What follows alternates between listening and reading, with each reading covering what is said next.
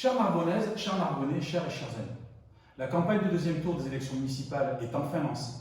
Avec près de 24% des voix, vous nous avez placés en deuxième position et en capacité de proposer une alternative pour un nouveau projet de ville répondant aux enjeux de notre société qui ont été accrus par la crise que nous traversons, face à un nouveau Narbonne qui a démontré pendant cette période un manque de réactivité et de proximité avec les Narbonnaises et les Narbonnais.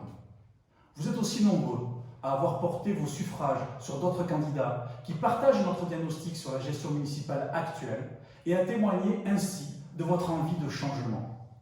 La liste, conduite par Nathalie Granier-Calvé, Nouvelle Génération Citoyenne, ne participera pas au deuxième tour, car en responsabilité, la tête de liste, arrivée en troisième position, a choisi le retrait, permettant ainsi de multiplier les chances d'offrir un autre avenir pour Narbonne.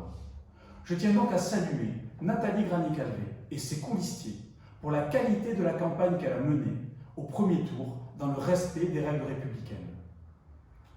Toujours dans un esprit d'ouverture, la plus large possible, Narbonne en commun a pris l'initiative de rencontrer une délégation de la liste des Robines, conduite par Viviane Thivan, arrivée en quatrième position avec 1465 voix.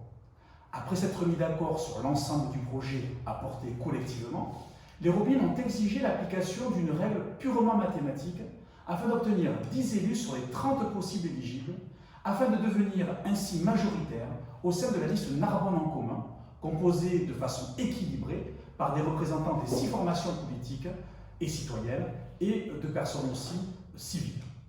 La liste des Robines a bien indiqué qu'elle ne souhaitait nullement une fusion, mais une alliance afin de conserver une autonomie dans les choix de gestion au sein de la future équipe municipale. Tout d'abord, une telle force politique ne correspond pas aux suffrages qui ont été exprimés par les Narbonnais. Ensuite, elle conduit à fragiliser, par anticipation, la stabilité d'une majorité qui, face aux enjeux qui sont devant nous, sur le plan social, économique, sanitaire, écologique et démocratique, doit pouvoir agir en toute sérénité et consacrer pleinement son Narbonnais et non à des enjeux d'appareil de notre temps. Mon honnêteté aussi m'oblige à vous informer que si Narbonne en commun avait accepté d'inclure 10 membres en position éligible sur la liste des Robines, ces derniers auraient pu imposer, sans dialogue, à toutes les autres composantes de Narbonne en commun leur vision de la gestion municipale sur tous les dossiers en brandissant tout simplement leur veto. Ainsi, en refusant par exemple de voter une délibération au conseil municipal, s'associant de fait avec l'opposition, elle bloquerait le fonctionnement de la collectivité.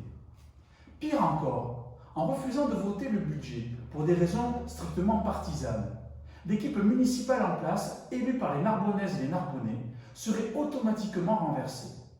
Les groupes composant Narbonne en commun l'ont bien compris. Et à titre personnel, je vous le dis, je ne souhaite pas être un maire à tout prix, un maire sous contrainte. Je souhaite travailler dans l'intérêt des Narbonnaises et des Narbonnais, en bonne intelligence, avec l'ensemble des élus, d'autant plus avec ceux de la majorité, en dehors de tout sectarisme et dans le dialogue et le respect des différences de chacun. Malheureusement, bien que nos échanges se soient déroulés de manière cordiale, l'intransigeance de la délégation des Robines et surtout leur incapacité à nous présenter des contre-propositions n'ont pas permis d'aboutir à un accord, quand bien même la délégation de Narbonne en commun a présenté pas moins de 4 contre-propositions, et chaque fois en délivrant des postes et des délégations supplémentaires. Mais la réponse a toujours été la même. La proportionnalité est un préalable à toute discussion, condamnant ainsi de fait toute négociation. Narbonne en commun n'a cessé de faire des pas pour se rapprocher de leurs exigences, tant en termes de postes que de responsabilités. Mais à chaque fois, elle s'est heurtée à une fin de non-recevoir abrupte. Le résultat d'une élection municipale, ce n'est pas une addition des résultats du premier tour de plusieurs listes, mais bien l'adhésion des citoyennes et des citoyens à un projet porté par des candidates et des candidats qui le représentent à juste proportion. La liste de Narbonne en commun est aujourd'hui la seule liste en capacité de mettre en œuvre toutes les mesures qui répondent non seulement aux urgences du quotidien, mais aussi aux défis du réchauffement climatique qui impacte notre ville et notre littoral. Ainsi, une page se tourne au terme de ce premier tour.